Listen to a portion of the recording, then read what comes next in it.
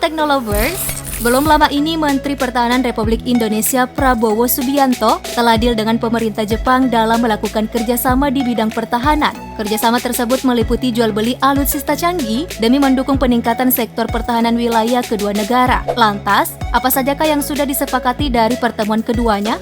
Yuk ketahui fakta kerjasama alutsista teknologi pertahanan Indonesia-Jepang 2021. Tapi sebelum lanjut, klik tombol subscribe dan nyalakan bel notifikasimu dulu ya. Update terus informasi menarik dari teknologi populer.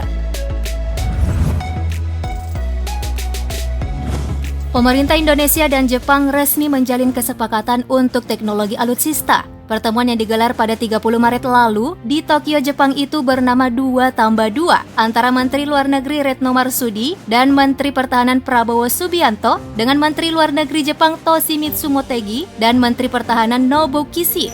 Sebagaimana yang dikutip dari kemhan.go.id, kedua pihak sepakat untuk mempromosikan kerjasama keamanan dan pertahanan, termasuk pengalihan alat dan teknologi pertahanan. Jepang sepakat untuk mengekspor alat utama sistem persenjataan atau alutsista beserta transfer teknologinya ke Indonesia.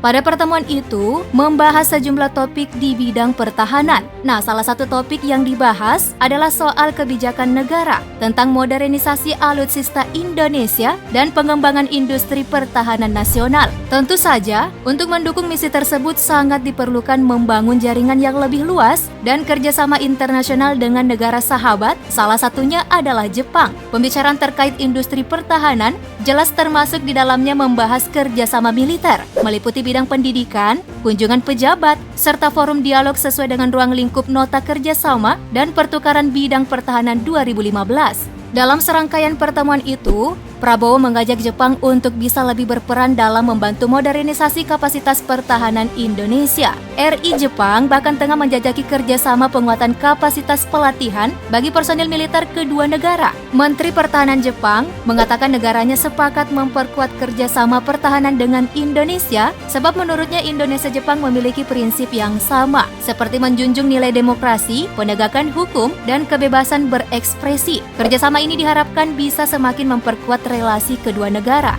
Ada lagi nih Teknolovers yang tak kalah penting. Selain ekspor senjata, Jepang dan Indonesia juga turut membahas situasi di Laut Cina Timur dan Laut Cina Selatan yang semakin mengkhawatirkan. Kemhan Nobuo Kishi pun menyampaikan keprihatinannya terkait undang-undang baru Cina yang secara eksplisit memberikan kekuasaan luas kepada penjaga pantai mereka dalam mempertahankan klaim di laut. Ia juga menegaskan bahwa undang-undang China tersebut tak sejalan dengan hukum internasional. Nah, selain soal kemiliteran, pada pertemuan tersebut juga membahas mengenai pengembangan kapasitas dan berbagi pengalaman, serta pengetahuan tentang bantuan kemanusiaan dan kerjasama bantuan bencana. Pembahasan itu tak lain karena baik Indonesia maupun Jepang sering menghadapi berbagai bencana alam. Makanya perlu sumber daya manusia yang profesional dalam menangani bencana. Untuk diketahui, Indonesia menjadi satu dari 10 negara, termasuk Amerika Serikat dan negara Eropa, yang sejauh ini memiliki perjanjian ekspor senjata serupa dengan Jepang. Untuk di Asia Tenggara sudah ada Filipina, Malaysia, dan Vietnam juga memiliki perjanjian transfer senjata dengan Jepang.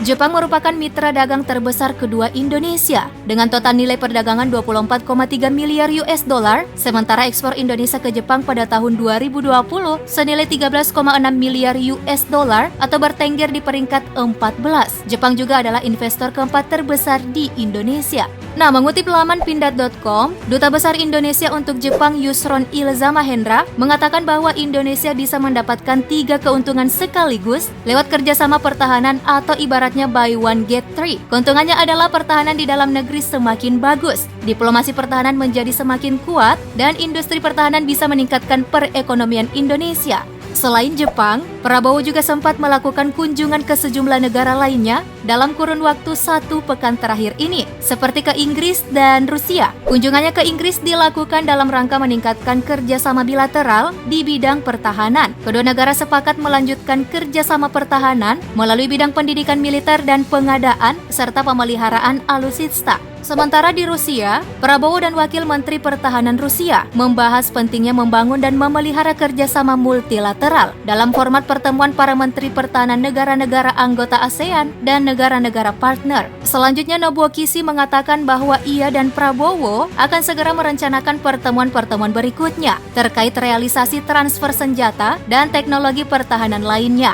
Namun sayangnya, kedua Menteri Pertahanan ini tidak menjelaskan secara detail senjata apa yang akan diekspor Jepang ke Indonesia dalam waktu dekat. Kira-kira nih ya, alutsista apa saja kan nantinya yang akan diimpor Indonesia? Komen di bawah yuk, nanti aku kasih love. Sekalian juga nih like dan share video ini. Terima kasih, bye-bye.